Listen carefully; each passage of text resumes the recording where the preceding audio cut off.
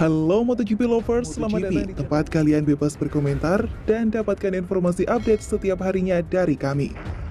Kami tidak hanya membangun sirkuit atau menyelenggarakan ajang balap saja, tapi bertujuan untuk mengembangkan potensi pariwisata di Lombok, NTB, dan Indonesia, kata Direktur Utama ITDC Abdul Bar M. Mansur dikutip dari situs resmi ITDC. Itulah mengapa ada yang menarik dari desain Pertamina Mandalika International Street Circuit atau yang kita kenal dengan Sirkuit Mandalika. Sirkuit Mandalika berlokasi di Lombok Tengah, NTB.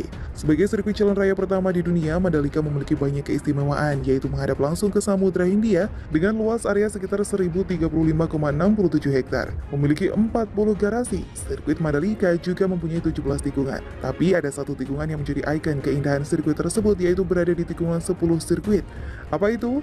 Tikungan 10 sirkuit internasional Pertamina Mandalika menjadi daya tarik utama sirkuit ketika balapan karena memiliki view yang indah. Tepatnya tikungan 10 berada di tepi pantai Tanjung Aan yang cantik. Spot tersebut menjadi keunggulan sirkuit Mandalika. Pantai Tanjung Aan merupakan salah satu tempat yang indah di kawasan sirkuit Mandalika. Pantai ini memiliki pasir putih yang membentang panjang. Bahkan garis pantai Tanjung Aan melengkung seperti bulan sabit. Terlebih air lautnya yang bening serta ombak yang begitu damai bisa membuat para wisatawan betah di Mandalika. Selain memiliki spot view yang cantik, tikungan 10 juga menjadi tikungan yang digemari para pembalap karena sangat menantang.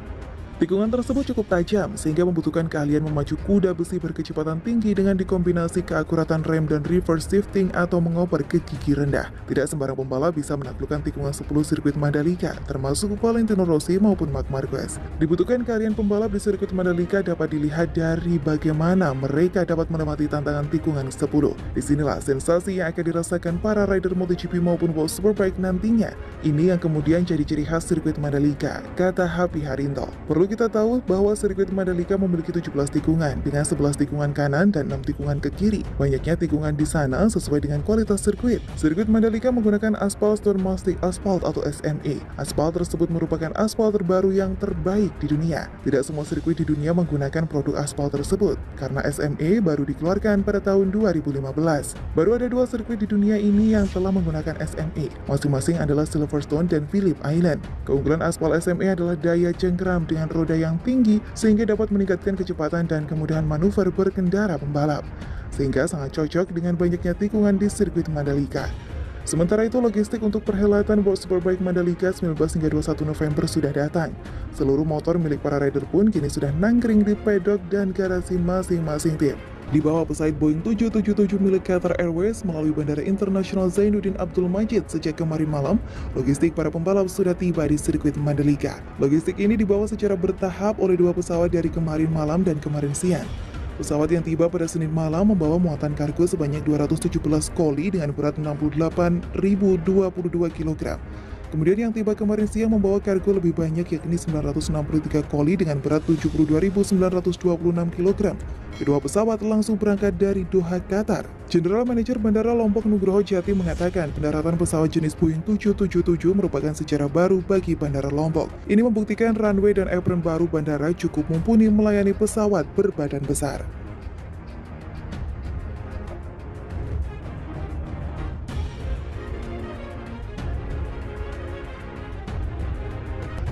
Dikutip dari Kompas, Espeleta menuturkan indahnya sirkuit Mandalika. Sirkuit Mandalika adalah lintasan yang luar biasa. Pemandangan di sekitar lintasan membuat saya yakin akan banyak wisatawan yang akan datang. Dengan pemandangan seperti itu, saya merasa Dorna harus mengatur jadwal terbaik agar para pembalap bisa tinggal lebih lama setelah balapan, ujarnya. Sporting Director Dorna Sport Carlos Espeleta bahkan tidak bisa menutupi antusiasmenya dalam menyambut balapan jalan raya pertama sepanjang sejarah MotoGP tersebut. Mungkin karena hal inilah Dorna tidak sabar ingin ke Mandalika. Terlihat dari jadwal MotoGP, meski seperti tahun sebelumnya, MotoGP 2022 akan dimulai di Qatar. GP Qatar dijadwalkan pada tanggal 8 Maret 2022, namun GP Indonesia sendiri akan hadir dalam seri kedua pada 20 Maret 2022. Ini merupakan pertama kalinya MotoGP akan menggelar balapan motor tingkat dunia di Indonesia.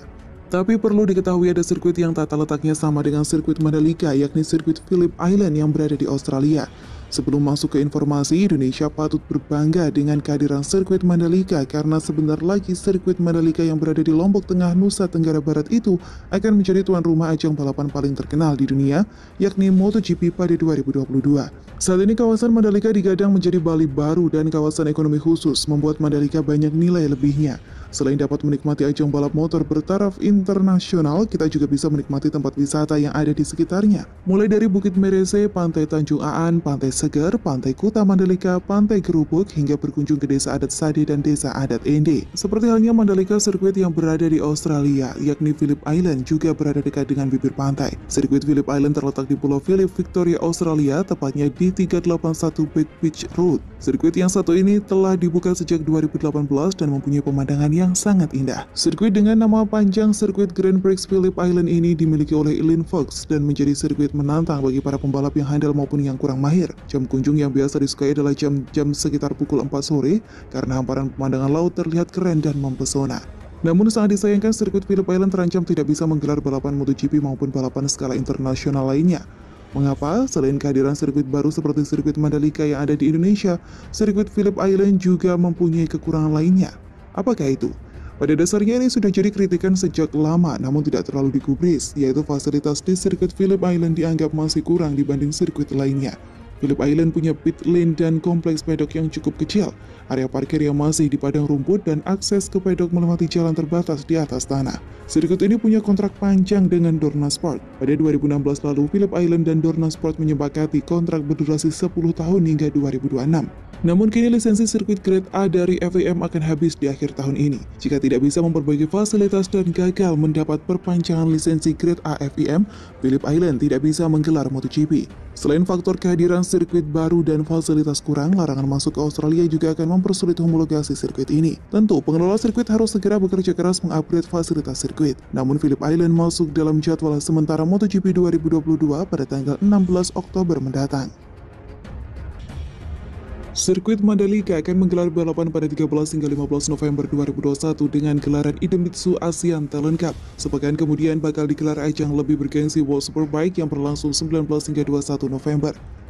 Para pembalap itu akan menggeber lintasan sepanjang 4,310 km yang memiliki 17 tikungan terbaik di dunia. PT PP Persero Tbk, BUMN Konstruksi dan Investasi memastikan aspal lintasan sirkuit Mandalika memiliki kualitas terbaik sesuai standar mutu FIM. Dilansir dari CPNN, Komisaris Independen menuturkan dengan kualitas aspal yang digunakan, lintasan sirkuit Mandalika dapat digunakan dengan kecepatan puncak hingga 310 km per jam, kata Nur Rohmat. Kondisi demikian disampaikan saat dirinya bersama jajaran komisaris dan direksi perseroan melakukan kunjungan kerja ke sirkuit Mandalika. PT PP menggunakan campuran aspal khusus yang digunakan untuk sirkuit balap, yaitu Stone Mastic Aspal atau SME. Keunggulan aspal SME salah satunya adalah daya cengkram dengan roda yang tinggi sehingga dapat meningkatkan kecepatan dan kemudahan manuver berkendara untuk pembalap. Perseroan juga dipercaya melakukan pekerjaan tambahan, antara lain Race Control Building, Observation Deck, Medical Center, Helipad, Gantry, dan Pondasi Pit Building. Berkat kualitas yang dihasilkan dalam pembangunannya, proyek sirkuit Mandalika ini memperoleh 3 rekor penghargaan dari MURI, yaitu pengaspalan menggunakan teknologi BIM dengan volume terbanyak, pembangunan sirkuit pertama standar FIM, dan pembangunan lintasan sirkuit tercepat. Lintasan sirkuit yang dibangun ini merupakan sirkuit MotoGP pertama di Indonesia yang memiliki hasil pengaspalan termulus berkat teknologi yang digunakan dalam pembangunannya. Proyek pembangunan sirkuit Mandalika ini dikerjakan sejak bulan Juli 2020 hingga Agustus 2021 dan menjadi pembangunan lintasan sirkuit yang tercepat. Namun perlu diketahui bahwa sirkuit Mandalika berkonsep sirkuit jalan raya dan ini juga menjadi satu kelebihan sirkuit Mandalika. Karena hal ini, sirkuit Mandalika disebut bisa difungsikan juga sebagai jalan raya umum untuk masyarakat sekitar, pasalnya konstruksi dari sirkuit disesuaikan untuk bisa mewujudkan hal tersebut. Beberapa bagian dari sirkuit Mandalika bisa dibongkar pasang saat sebelum dan sesudah balapan internasional digelar. Meskipun hal tersebut dinilai menjadi satu kelebihan dari sirkuit Mandalika, ternyata banyak juga pihak yang tak setuju venue balap tersebut dijadikan sebagai jalan raya umum. Setidaknya ini dibuktikan oleh komentar-komentar netizen yang muncul di Instagram MGPA tersebut. Ada beberapa netizen yang mengatakan bahwa sirkuit Mandalika akan cepat rusak jika dipakai oleh masyarakat Indonesia, seperti ditulis akun @sopian.zayid. Please jangan jadi street circuit, mau inner atau outer, orang Indo belum disiplin. Hancur sudah kalau untuk umum, nanti di pilot run-off-nya percayalah, ujar akun netizen yang lainnya. Namun perlu diketahui bahwa sirkuit Mandalika tidak semuanya difungsikan sebagai jalan-jalan umum, tapi hanya inner dan outer service road saja, bukan jalan utamanya. Indonesia sudah punya sirkuit dengan lisensi internasional dari segi aspal dan yang lainnya. Jadi sebagai warga negara yang baik, harus dijaga betul sirkuit yang akan menjadi salah satu ikon negara Indonesia ini.